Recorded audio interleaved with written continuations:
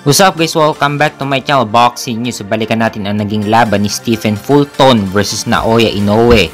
So pagdating sa unang rounds, mas nakatama ng pulido si Inoue at nakakapagbato na rin si Inoue ng iba't ibang kombinasyon kay Fulton. Habang si Fulton naman, may kita na hindi masyadong tinatamaan si Inoue sa mga suntok niya.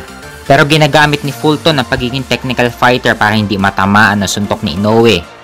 Pero hindi gumana ang style ni Fulton dahil mas tumatama ng pulido ang mga suntok ni Inoue. Habang si Inoue naman ay relax lang sa kanyang galawan at madaling nahuhuli ni Inoue si Fulton kung saan ito pupunta. Kitang-kita din na madaling na-counter ni Inoue ang mga suntok ni Fulton. Ginagamitan pa ni Inoue ng head movement para mas lalong madaling ma-counter ang mga suntok ni Stephen Fulton.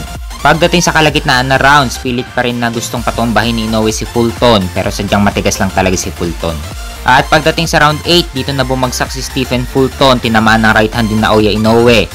At pagkatayo ni Fulton, dito na siya pinaulanan ng suntok ni Inoue. Dito na tinapos ni Inoue ang laban. Panalo si Naoya Inoue via TKO sa round 8. Si Naoya Inoue na ngayon ang bagong Unified WBC at WBO Super Bantamweight Champion. At may bagong kartada si Naoya Inoue na 25 wins with 22 knockout at walang talo. Samantalang si Stephen Fulton naman ay bumagsak ang kartada sa 21 wins with 8 knockout at may isang talo.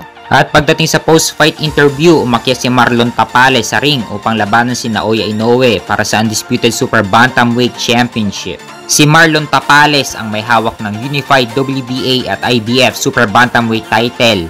At hawak naman ni Naoya Inoue ang Unified WBC at WBO Super Bantamweight title. At inaasahan ng kanilang sagupaan para sa Undisputed bago matapos ang taon.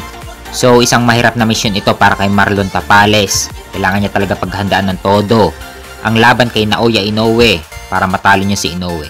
So isang malaking laban ito para kay Marlon Tapales. Isang pound for pound fighter si Inoue.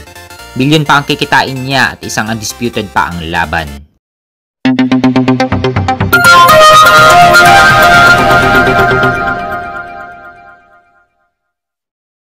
Sa kabilang banda naman, balikan din natin ang naging laban ni Anthony Joshua laban kay Robert Helenius. So pagdating sa mismong laban, naging maingat si Anthony Joshua, hindi siya bara-bara sumuntok.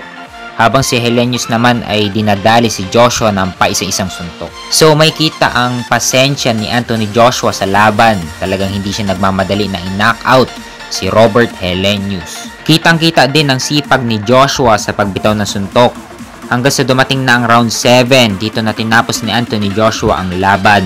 Matapos tamaan si Robert Helenius ng over right hand.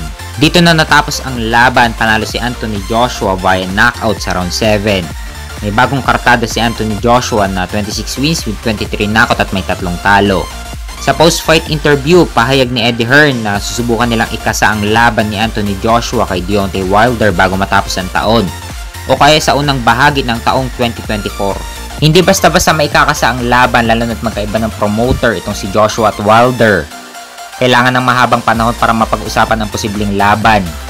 Kaya abangan natin kung maikakasaba ni Eddie Hearn ang laban ni Anthony Joshua kay Deontay Wilder bago matapos ang taon.